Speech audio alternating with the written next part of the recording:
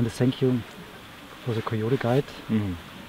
It's now in German, and all the people, they love it. They love this book, and I want to ask you, what was the reason for you to write this book? What will the people expect in this book? Well, the book was written because Ellen Haas, the co-author, was watching me struggle to bring a way of mentoring that I was raised with as a boy to new people in Washington State. They had never experienced this kind of mentoring. And I thought that with the theory, this would be enough and they would figure it out, but we quickly realized that it wasn't working. And we came to the conclusion that if a person hadn't been mentored in a way, they wouldn't know how to mentor. So it was like developing a muscle for people. So she followed me around and watched me do things and said, I would never have thought of doing that. Now, why did you do that right then with that young man? Because I would never have thought to do that. And I said, well, gee, I don't know, you know. So then she actually reversed engineered my whole process and then made this master Microsoft Excel spreadsheet of all the things she was watching me do.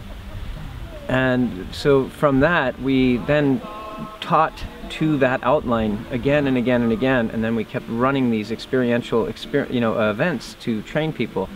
And eventually, we got to the place where after testing things, you know, sometimes 100 times, we realized this is working, you know, and that was how the book was born. It was 14 years of arguing, you know, with Ellen and I, because she wanted it to be a certain way and I couldn't express it in the way that she needed me to. And, you know, it was such a great creative process, you know. We're great friends, but we fought like sisters and brother, you know. And it was a great effort. And Evan McGowan brought the story to life through music, because music was something everyone could relate to. When I tried to tell the story, I was trying to tell it from the perspective of learning tracking, but most people had never learned tracking, so they didn't relate to the stories, you know. And Evan said, but wait, everybody knows music. Let's bring music through it, you know. And what would you say is a natural way of learning? I mean, you got taught by Tom Brown and you experienced it since you're a child. What would you say is a natural way to learn? Well, I would say that the most important aspect of natural learning, which is what Tom did for me, because I think a lot of people think that he followed me around and taught me things, but he didn't. He sent me on errands. You know, if you can go get me this and bring it back, you know, then we'll talk about it and there might be a reward. There was always a hint that there might be something good coming out of it. And there always was, you know, even if it was just his attention, it was a reward, you know?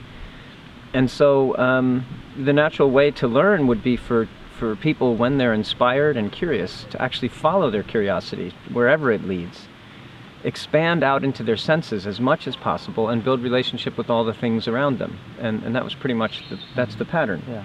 And I would say that if you were going to boil down Coyote's Guide to the two most important things, one would be to give people experience, and then afterwards have them tell their story, and listen and ask good questions, so that they go back to their experience by revisiting in their mind, but the next time they go out on the land, they see it differently, because now they're deepening their curiosity. That would be the essence of Coyote's Guide. We have experiences today with the little kids. They went out, we built a container to listen to them, and I noticed a change. You could see immediately how they grow, and they created a song. We all listened to the song, we said, wow, fine, and we stepped in. This is the moment you're talking about. That's exactly the moment I'm talking about. And if you add, you know, like my experience is that sometimes a young person in modern times only gets to have that experience once or twice. They go to a summer camp, but 5 years later they're still talking about that experience, right? It has such a deep effect on people. So if you imagined everyday children having this, it just stretches your mind to realize what we're capable of. And this is why I think the Coyote Guide is something for parents as well. Oh yeah. To read it. And my picture is when parents create a container when the kids come back from school. Take a little bit time to listen, really listen. Don't do anything else. Right, exactly. Listen and listen to the stories, and then you're in contact, in connection. And the important thing to remember, parents, is when they come back, You were at work, they were at school, two different contexts, completely different experience. And you have to first start with a shared context. What did you and your child both experience that you both shared, that you can start by asking questions in that place to get the conversation to develop momentum. And once it gets going, then you can ask them about school. Yeah.